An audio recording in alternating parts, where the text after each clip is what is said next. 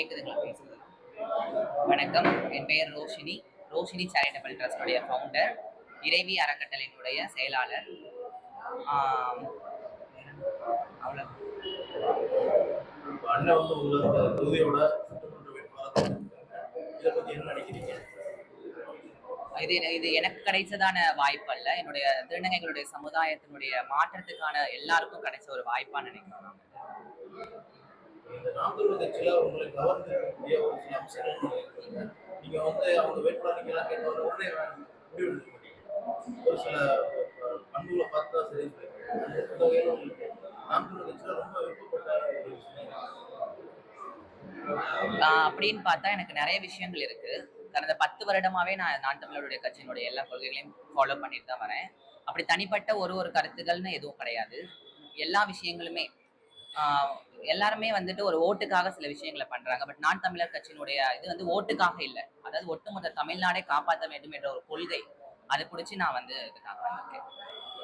வந்து தேர்தல் களத்துல திமுகவோ அதிமுகவோ பணபலத்தால ரொம்ப பெரிய அவங்களை எதிர்த்து நீங்க எப்படி கண்டஸ்ட் பண்ணுங்க? இது ஒரு போர்க்களம். எல்லாரும் போரிடுவோம். உண்மை என்னைக்குமே வெல்லும்.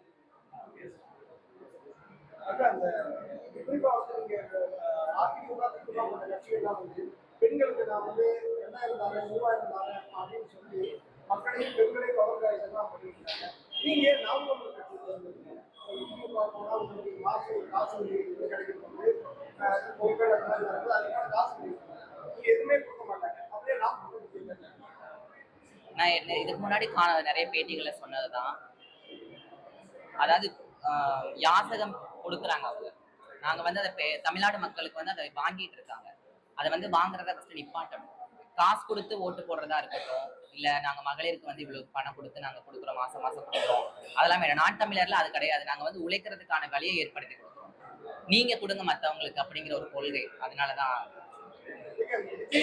ரசிகர்கள்லாம் வரும்போது பெண்கள் ஆதரவு தான் வந்து விஜய்க்கு தான் இருக்குது அப்படின்னு விஜய் கட்சி சொல்றாங்க. அதை பத்தி நீங்க என்ன நினைக்கிறீங்க? ஏன் வந்து நாம் தமிழர் கட்சி ஆதரிக்கிறீங்க?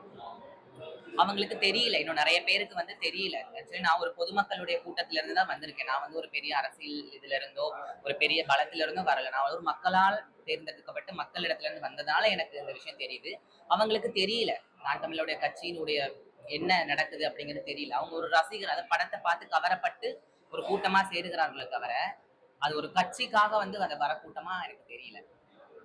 நீங்க எப்படி பாக்குறீங்க? குறிப்பா ஒரு திருநங்கை எம்எல்ஏவா வந்துட்டா என்னெல்லாம் நடக்கும் அப்படின்னு நினைக்கிறீங்க? ஏன்னா இதுவரை அது எந்த ஒரு கட்சியுமே குறிப்பா திராவிட கட்சிகள் 60-70 காலமா முன்னெடுக்கவே இல்லை. அதை சீமான் மட்டும் முன்னெடுக்கிறாங்க. இது ஒரு பெரிய இதுதான். இதுவே உங்களுக்கு ஒரு பெரிய சான்றிதழ். அதாவது திருநங்கை மக்களா இருக்கட்டும், எல்லாருக்குமே இருக்கட்டும், வாயால சொல்ற ஒரு பொய்யான வாக்குறுதிகளோ சொல்லுகளோ சொல்லலான்னு உங்களுக்கு என்ன வேணுமோ அதை நீங்களே செய்யுங்க அப்படின்னு சொல்லிதான் ஒட்டுமொத்த திருநங்கைகளுடைய தேவைகளை பூர்த்தி செய்வதற்காக ஒரு பிரதிநிதியாக என்ன எடுத்திருக்காரு.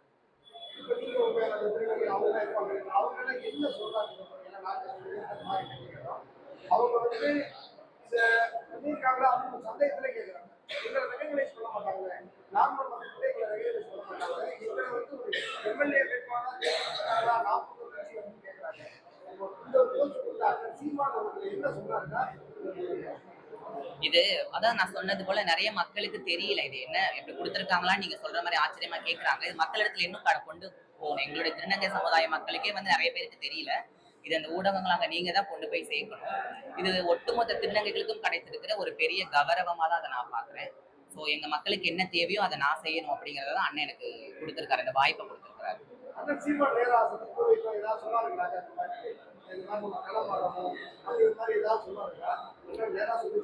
அதான் சொன்னாரு. எனக்கு நிறைய என்னம்மா உங்களுடைய மக்களுடைய குறைகள் எல்லாம் என்னம்மான்னு சொல்லி கேட்டாரு. நாங்க சில விஷயங்கள் எல்லாம் சொன்னோம். இந்த மாதிரியான விஷயங்கள்லாம் உங்களுக்கு நடக்கலையா அப்படின்லாம் கேட்டாரு.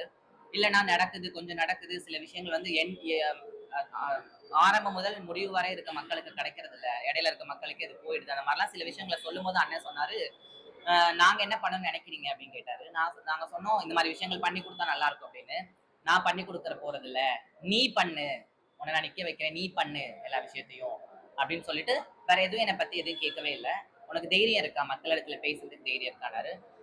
ஆல்ரெடி நம்ம வந்து உங்களுக்கு தெரியும், நம்ம ஒரு சோசியல் வாலண்டியரா தான் இருக்கோம். மக்கள் இடத்துல நிறைய பேசியிருக்கோம், சந்திச்சிருக்கோம். அதனால மக்கள் இடத்துல பேசுறதோ, மக்களுக்காக சேவை செய்யறதோ ஒரு புதிய விஷயம் இல்ல. நான் செய்றேன் அப்படின்னு. தைரியமா இருமா, நான் பின்னாடி சப்போர்ட்டா இருக்கேன் அப்படின்னு சொன்னாங்க. நீங்க வந்து வில்லிவாக்கம் சட்டமன்ற தொகுதியில மக்களை போய் எப்படி சந்திக்க போறீங்க? என்ன கோரிக்கைகளை வைத்து மக்களை நீங்க புரியல சத்தமா. இந்த தொகுதியில போய் மக்கள் சந்திக்க போறீங்க இல்லையா?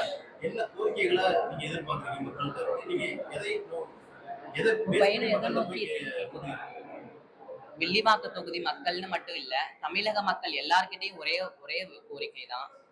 அடுத்த தலைமுறையை மீட்கணும் என்ற உங்களுடைய நோக்கம் இருந்தால் நான் தமிழர் கட்சிக்கு ஓட்டு போடுங்க. ஏன்னா இதுல வந்து நல்ல காத்து வேணும், நல்ல இது பண்ணணும், விவசாயம் வேணும், அந்த மாதிரியான விஷயங்கள் நிறைய இருக்கு எங்களுடைய இதுல. சோ இதெல்லாமே நம்ம காக்கணும், மீட்கணும் அப்படின்னா அதுக்கு ஒரே வழி நம்முடைய நான் தமிழர் கட்சியினுடைய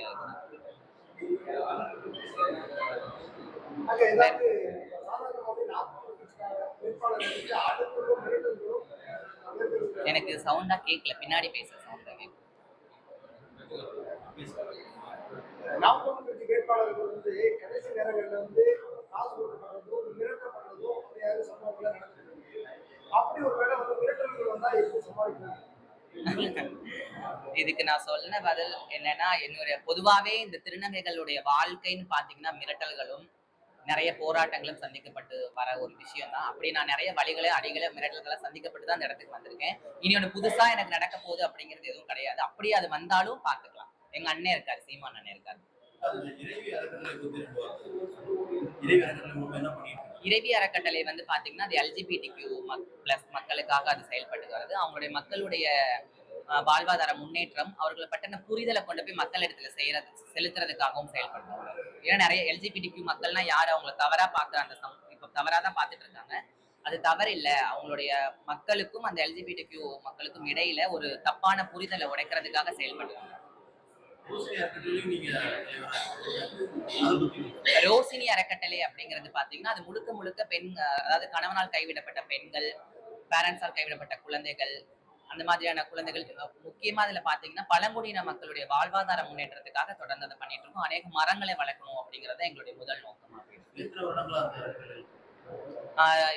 இறைவி அறக்கட்டளை வந்து 6 இயர்ஸா பண்ணிட்டு இருக்கோம். ரோஷினி சேரிட்டபிள் ட்ரஸ்ட் வந்து ஒரு 3 இயர்ஸா பண்ணிட்டு இருக்கோம். வேற ஏதாவது? தேங்க்யூ.